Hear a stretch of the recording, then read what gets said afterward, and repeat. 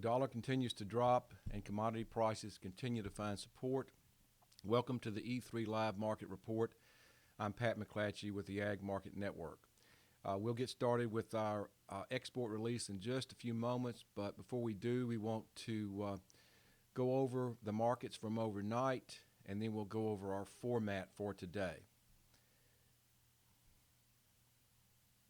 All right, let's look at the markets. We have the July cotton up 40, December cotton up about 7 or 8. Soybeans, July soybeans up 4. November soybeans up 4.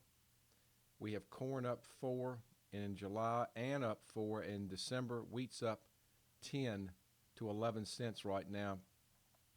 Looking at the dollar, down about 30. It's been down about 50 at one point overnight. Crude oil is trading down about 19 cents. Gold is unchanged.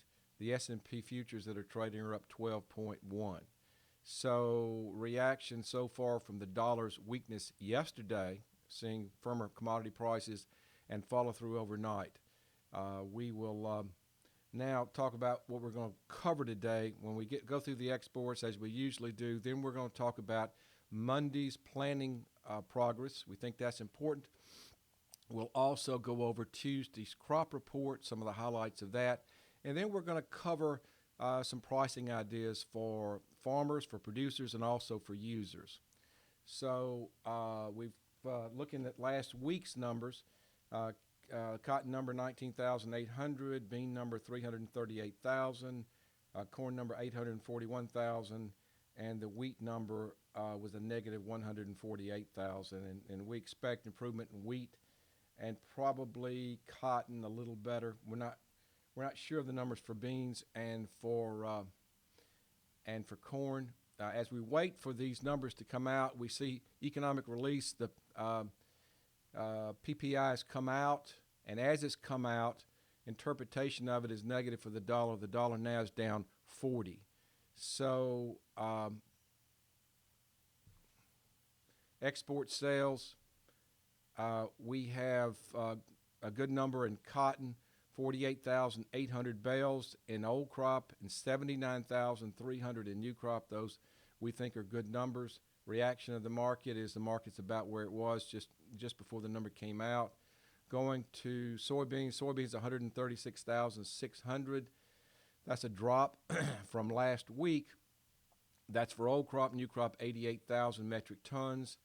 And the market's up 2.5 now, so it has dipped some. Then we've got corn, 370,000 for old crop, and that is a drop about half what it was the previous week. The corn market is right now up 3.5, so it's dropped a small amount, not that much. The wheat number was 115,000. We really have to look at that number to make sure it's not negative. It does look like a positive number, 115,400. And the wheat market reaction is up 9.5. Let's go to the breakdown. Well, the breakdown is, excuse me just a second. Let me try to pull it up over here. It's not being posted yet. All right, we've got it now. Let's look at the breakdown in cotton. 48,800 running bales. That's up noticeably from the previous week, but down 27% from the prior 4-week average. And we look at the breakdown here. Turkey took 24,000. Bangladesh took 8,300. Indonesia took 8,200. And we did see some small cancellations. Not much. Looking here, the actual shipments of 233,000 were good.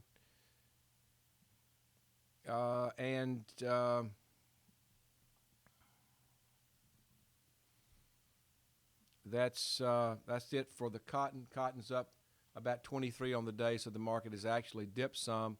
Let's go now to the soybean number. Soybean 136,600. down 60% from the previous week, and 54% under the 4-week average. We show Mexico took 89,200, Netherlands took 18,700, Colombia took 9,100. Some small cancellations. I see China had a small cancellation of 5,000 metric tons. Soybean market right now is up 1. It went from up 4 to up 1. So we are backing off with this. The corn breakdown: net sales of 370,000 metric tons, a marketing year low, down 56% from the previous week and down 53% from the 4-week average. The breakdown shows Japan took 189,400. Saudi Arabia took 144,700. Mexico took 121,900. And as I said, the reaction in that market has been negative, but not as negative as we're seeing it right now in the soybean market. Lastly, wheat. Net sales of 115,400. We've had 2 weeks in a row before this of negative numbers, so this is nice to see a positive number. That's up noticeably, as we said. Nigeria took 114,400. Japan took 33,000 metric tons. Panama took 25,000 metric tons. Wheat was up 11 before the report. Now wheat's up 9. Let's go ahead now and let's go over the planting progress number that came out Monday.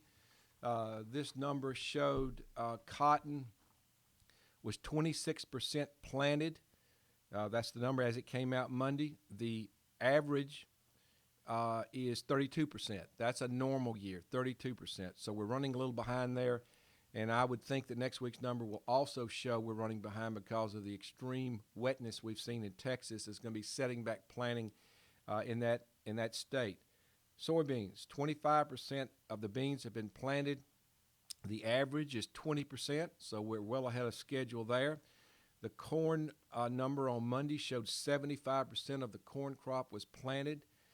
The average is 57%, so we're well ahead of schedule there. Spring wheat, 87% was planted. The average is 51%. So those numbers show we're making progress in everything except cotton. We're lagging behind, and that should continue. Let's look at the crop report on Tuesday. I'm going to go over some of the highlights here, starting with cotton. The U.S. cotton 2015-2016 projections include marginally higher supply and disappearance compared with 2014-2015, resulting in ending stocks and prices on par with the preceding year. The increase in beginning stocks of nearly 2 million bales is mostly offset by an 11% decrease in production due mainly to reduced planted acres. World 2015-2016 cotton projections show a decline in global stocks for the first time since 2009-2010. As with the U.S. estimates, higher beginning stocks compared with last season are about offset by sharply lower world production, as most of the world's cotton-producing countries respond to lower prices. World consumption is raised by 3.5% due mainly to positive world economic growth and the lagged effect of falling cotton prices in 2014-2015. World trade is reduced marginally as a sharp drop of 1.7 million bales in China's imports is mostly offset by increases in other countries. China's lower production and imports, combined with a consumption increase of nearly 3%, are projected to reduce ending stocks by about 3 million bales, accounting for more than 3/4 of the decline in world stocks. Despite this reduction, world stocks of 106.3 million bales would still be the second highest on record. Let's go now to comments given about the supply and demand, the production report on corn and soybeans. U.S. officials projected a decline in U.S. corn and soybean production this year following record crops in 2014. In a monthly supply and demand report Tuesday, the Agricultural Department pegged domestic soybean production for 2015-2016 season at 3.85 billion bushels, 119 million bushels shy of last year's record. Corn output is expected to be at 13.63 billion bushels. That's down from last year's record of 14.216 billion bushels. While U.S. farmers are expected to plant a record 84.6 million soybean acres this year, weather patterns over the summer will actually determine yields. Near record soybean production will bolster U.S. stockpiles at the end of the 2015-2016 season, which begins September 1st, and that number they expect to be 500 million. Let me add that the anticipation was for about 400 to 430 million, so that was a surprise. The amount of corn on hand is expected to fall slightly to 1.746 billion bushels at the end of the 2015-2016 from 1.851 billion bushels the prior season. Global soybean stockpiles at the end of 15-16 are expected to rise to 96.22 million metric tons from 85.54 million metric tons in 2014-15. World corn inventories will slide to 191.94 million metric tons in 2015-2016 from 192.5 million metric tons the prior season. The government's estimate for this year's soybean production in Brazil is 97 million metric tons, while corn output is seen at 75 million metric tons. So that's a comment on Tuesday's crop production report. Now let's talk about what we anticipate for the markets. Many of our viewers are producers, but we've also are seeing now we have many more viewers now that also are commercials that are users. So we want to give price projections and maybe some ideas on where some pricing should take place, both to the upside for producers and to the downside for users. Let's start off with soybeans. Right now, we've got November soybeans, and we're going to talk about new crop. November soybeans are trading up a penny and a quarter at 9.35 3/4. The resistance there could be up into the area of 9.60 to 9.70. The downside on this market, possibly in November, could be as low as 8.80. Farmers should consider pricing in the 9.60 area to 9.70. We'll need to see a rally to get to that area, but lately we've been seeing some upside due to the falling dollar. The falling dollar can lift all these markets up probably higher than they should go and give us opportunities on the upside. Corn. The December corn right now is trading in the area of 381, and resistance in December corn is at 390.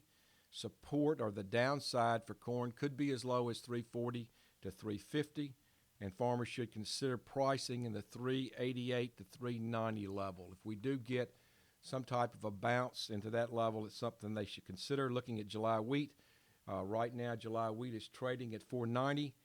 Resistance should come in at $5, and looking for that market to have downside into the 420 level. So moves up approaching $5, farmers should consider doing some pricing. Let's talk about cotton.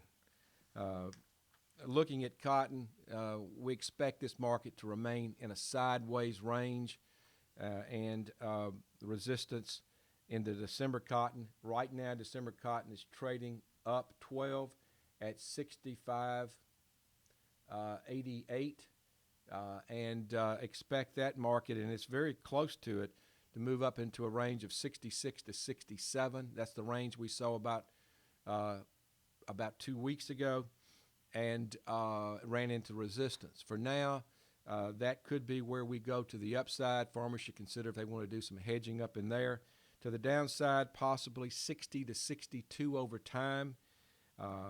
Weather in the U.S. and globally will cause shifts, and farmers should, as I said, consider pricing strategies in the 66 level. Really, when it comes to cotton, you've got an unprecedented development right now in West Texas, in that area around Lubbock, where they've had so much rain. It's very unusual that there's concern about getting the crop planted. That rarely is the case when we're talking about cotton in West Texas at planting time.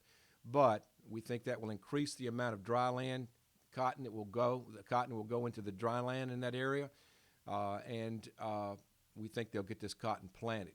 So things will look good for that. We think that'll help put a lid on the market. On the other hand, the dollar, as we've talked about time and time again, is critical to all these markets.